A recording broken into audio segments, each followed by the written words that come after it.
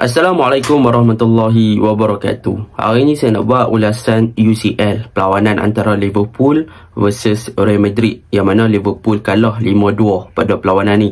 So, dalam perlawanan ni sebenarnya ada beberapa perkara yang mengejutkan. Antaranya adalah goalkeeper error ataupun kesalahan dari goalkeeper yang melibatkan kedua-dua pasukan. Courtois dengan mistake yang menyebabkan Salah boleh skor, dan juga Alisson punya mistake yang menyebabkan Vinicius boleh skor. So, boleh dikatakan sepatutnya mistake-mistake tersebut tidaklah berlaku dalam perlawanan yang sebesar ini. Tetapi nak buat macam mana? Itulah bola sepak, apa-apa pun boleh terjadi kan. Ramailah nanti akan kata Alisson the next Karius dan sebagainya. So, tanpa membuang masa, kita akan masuklah ke dalam ulasan perlawanan, yang mana secara umumnya ataupun generalnya perlawanan ni boleh dikatakan dalam 15 ke 20 minit yang pertama Liverpool bermain dengan sangat-sangat baik, terutamanya daripada segi formation dan juga daripada segi link up play yang ditunjukkan oleh Arnold dan juga Salah di bahagian kanan.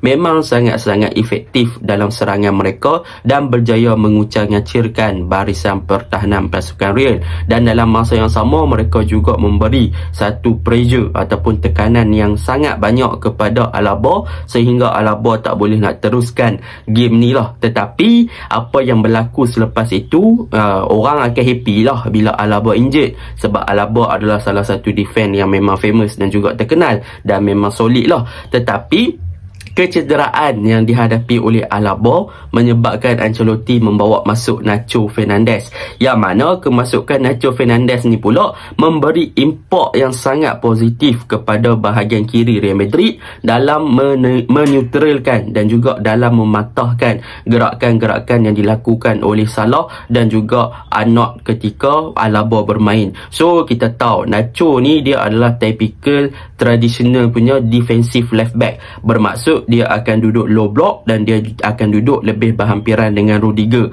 So, apabila dia duduk kat low block, dia lebih kepada Rudiger bermain dengan lebih dekat ke bahagian di box, maka dia akan boleh bertahan dengan baik. So, apabila Nacho masuk, kita boleh katakan yang Salah dan juga Arnold punya combination dah tak beberapa menjadi pada game ni kan. Jadi, antara faktor dan juga key kepada pasukan Real Madrid untuk bertahan dengan lebih baik adalah dengan kemasukan Nacho yang mempunyai corak bertahan yang lebih baik berbanding daripada Alaba, yang mana Alaba ni dia punya ability dan juga dia punya advantage lah, kelebihan adalah dari segi offensive play. So, kalau dia bergandingan dengan Vinicius, memang lajulah untuk quick transition dan juga counter. Tetapi Nacho dia lebih kepada defensif dan memang sesuai lah untuk mengekang asakan dan juga gerakan yang dilakukan oleh Liverpool, terutamanya daripada Arnold dan juga Salah. So, satu tindakan yang bijak daripada Ancelotti selepas Alaba injured, dia bawa masuk Nacho. Nacho lebih fokus kepada untuk defensif dan bermain lebih berdekatan dengan Rudiger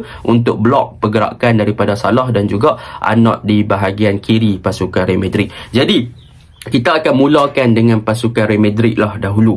Apakah kekuatan dan juga apakah perkara yang positif tentang pasukan Real Madrid pada perlawanan ni? Okey, yang pertama, yang positifnya tentang pasukan Real Madrid pada perlawanan ni, jika kita lihat kepada gerakan serangan yang dilakukan oleh Real Madrid, adalah mereka sangat-sangat efektif, terutamanya daripada segi switch play, daripada segi transition dan juga daripada segi kedudukan ketika melakukan counter attack. So, mereka sebenarnya dalam pembinaan ataupun dalam fasa build up play, mereka tidak memerlukan numbers of player yang lebih banyak dari pasukan lawan untuk melakukan build up. Sebaliknya, apa yang dilakukan oleh Real Madrid, kalau kita lihat dalam fasa ataupun in position, mereka lebih cepat untuk melakukan switch play. Apabila Modric dapat bola, dia cepat untuk melakukan transition dan juga turn daripada defense ke attacking dengan sangat cepat, dan dia akan mencari ruang ataupun player yang berada di bahagian kanan ataupun kiri untuk dia open game. So, apabila dah open game ke bahagian kanan ke kiri, player-player lain pun akan dapat bola. So, dia akan cari ruang yang lebih banyak untuk kembangkan ataupun expand dan juga open balik game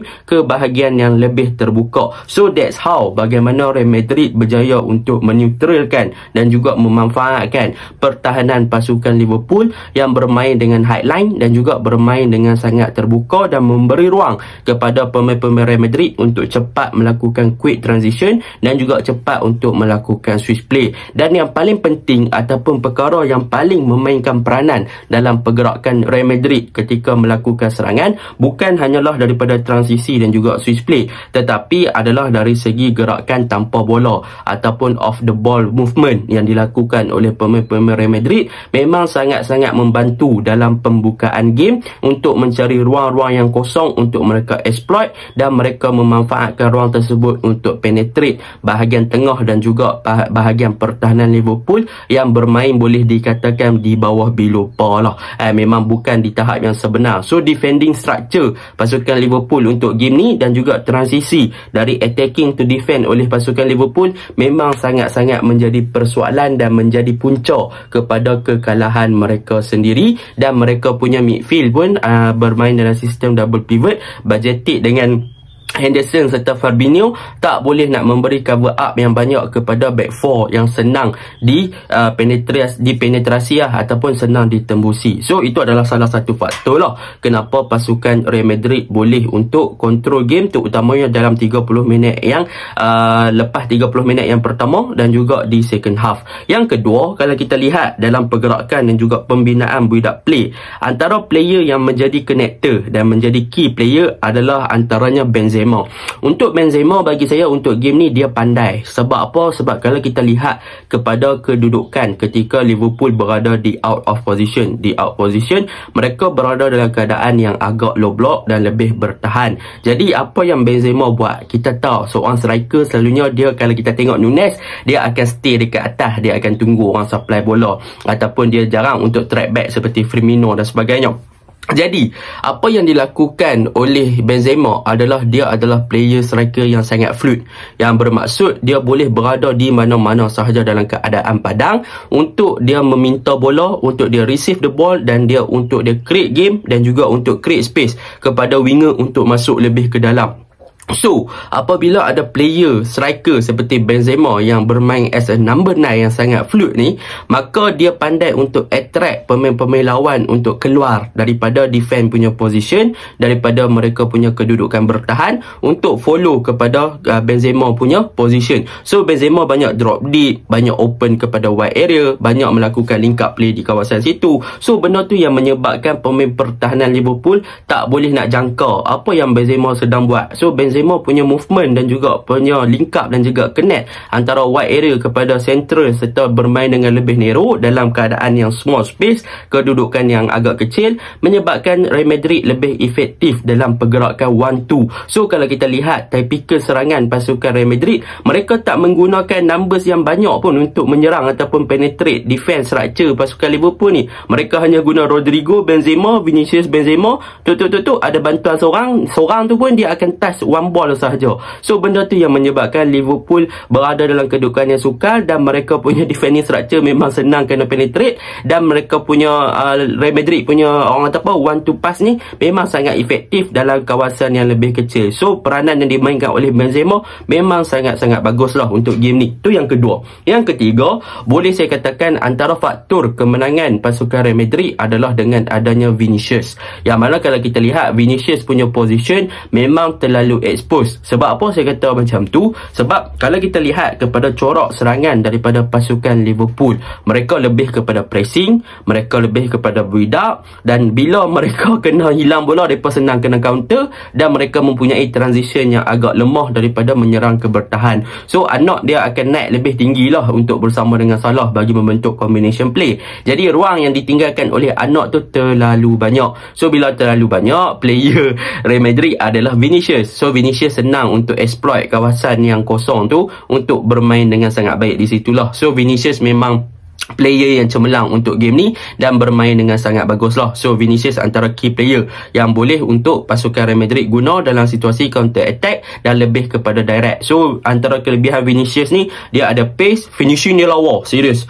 Gol dia yang first tu memang super gila. Yang kedua work rate dia tinggi, dia ada kelajuan, dia ada work rate yang tinggi. So sekarang memang Vinicius antara one of the best winger dalam dunia lah, boleh dikatakan kan. So itu adalah faktor yang ketiga lah kenapa Real Madrid boleh menang. Yang keempat adalah daripada segi pressing. Kalau kita lihat daripada bahagian ataupun reading game, pembacaan game yang bagus daripada Real Madrid yang menyebabkan mereka boleh menjangkaukan apa yang dibuat oleh pemain Liverpool, dan bila masa mereka perlu melakukan pressing, dan bila masa mereka tutup passing lane, dan bila masa mereka perlu melakukan interception. So benda tu bagus kan. Jadi apa penggunaan Modric, Valverde di bahagian midfield berjaya untuk meneutralkan bahagian tengah pasukan lawan selepas 30 minit lah. Walaupun waktu awal tu nampak Bajcetic, Gakpo, Fabinho, Henderson dah control game, tetapi lepas tu mereka hilang fokus dan boleh dikatakan tidak lagi mendominasi bahagian tengah dan mereka lebih kepada bahagian wide area. Benda tu menyebabkan mereka tak boleh nak control the game after 30 minutes lah. So benda tu memberi manfaat kepada Real Madrid untuk membaca game dengan lebih bagus dan bermain dengan agak low block untuk bertahan, dan juga mereka punya main orientation. Kalau kita tengok Nunes selepas gol yang pertama dia berjaya untuk buat flick lah, memang lawa lah gol tu, tetapi selepas itu defense structure pasukan Real Madrid mereka lebih kepada man to man marking dan mereka bermain dalam kawasan yang agak compact. So mereka tak memberi ruang langsung kepada Nunes untuk berada dalam keadaan free space seperti mana dia menerima bola untuk gol pertama Liverpool. Jadi apa yang dibuat oleh Real Madrid, mereka baca game, mereka counter balik apa yang mereka buat silap, mereka memperbaiki kesilapan mereka dan mereka lebih confident untuk bermain secara bertahan ketika itu, dan mereka baguslah dalam transition. So kemasukan Nacho saya dah cerita dah awal tadi. So overall apa yang boleh saya katakan untuk game ni, Real Madrid memang deserve untuk menang lah. Gameplay mereka memang menarik lah kan. Rudiger bagus, Nacho bagus, Eder Militao bagus kan. Antaranya lagi satu, kalau kita lihat selain pada counter attack, Real Madrid ada kelebihan daripada segi set pieces. Antaranya waktu corner, waktu free kick kan. Antaranya yang free kick header daripada Eder Militao, tak ada siapa jaga kan. Memang free header, boleh punya defend Liverpool buat macam tu kan. So benda tu pun menjadi faktor kenapa Real Madrid boleh control game. Menang 5, there is something yang sangat besar kan. Liverpool kalah memang first time lah kalah dengan 5 gol dalam dalam UCL ni, memang something yang weird kan untuk kelab-kelab besar seperti Liverpool. So itu adalah tentang Real Madrid. Kita masuk Liverpool. Liverpool secara jujurnya dalam 15 minit pertama mereka berjaya menarik minat saya sebab mereka bermain dengan sangat baik. Nunes antara pemain yang perform untuk game ni. Daripada segi satu gol dia bagus, daripada segi defending dia banyak melakukan track back, dia berjaya untuk melakukan kerja bertahan dengan bagus, dia rajin untuk turun kan. Tetapi turun dia hanya untuk bertahan, bukan turun untuk create space ataupun membina link up, dia hanya untuk bertahan. So that is something yang Nunes perlu perbaiki sebab kita tahu dia adalah typical memang nombor 9 striker kan. Salah dengan anak bermain dengan baik, obviously memang boleh nampak mereka bermain dengan baik, cumanya midfield dengan defend antara benda yang paling ketara Liverpool defending structure, yang mana Gomez dan juga Van Dijk communication fail, boleh dikatakan space banyak, mereka banyak buat mistake, defending error, dan menyebabkan league tu goalkeeping error juga. So benda tu yang menyebabkan Liverpool kena bantai lah. Kalau kita tengok memang defend punya structure lingkup lah Liverpool untuk game ni dan Alisson pun buat mistake macam Karius. Benda tu memang tak boleh dinafikan lah. Tetapi daripada segi in term of midfield boleh dikatakan memang susah nak dominasi. Bajcetic tak boleh nak buat banyak. Even dalam 15 minit pertama dia mengagumkan saya, dia ada masa depan yang cerah, tetapi bermain di bawah game yang intensity tinggi, bermain dengan pemain yang lebih berpengalaman seperti Modric, Valverde dan sebagainya, menyebabkan dia agak tenggelam selepas itu sebab pemain-pemain lawan dah boleh baca dia punya pergerakan. So benda tu yang menyebabkan Liverpool tak boleh nak buat banyak, dan corak permainan Liverpool pun adalah lebih direct. Mereka tahu nak bina attack belah wide area, nak cross masuk kotak penalti, attack wide area nak masuk cross kotak penalti, nak cari Nunes kan. Jadi benda tu tak memberi impact yang positif sangat sebab Real Madrid dah boleh baca game. Dan Salah dengan juga anak pun tak boleh bergerak bebas sebab Nacho memberi ancaman yang berbahaya lah kepada mereka. Gakpo pun tak boleh nak bergerak bebas, nak hadap Modric, nak hadap Valverde, nak hadap Rudiger lagi. So memang obviously game ni Liverpool 15 minit ialah main lawa, lepas tu habis lah. Memang tak nampak lah Liverpool punya structure. Real Madrid lagi lawa lah. Okay, Assalamualaikum.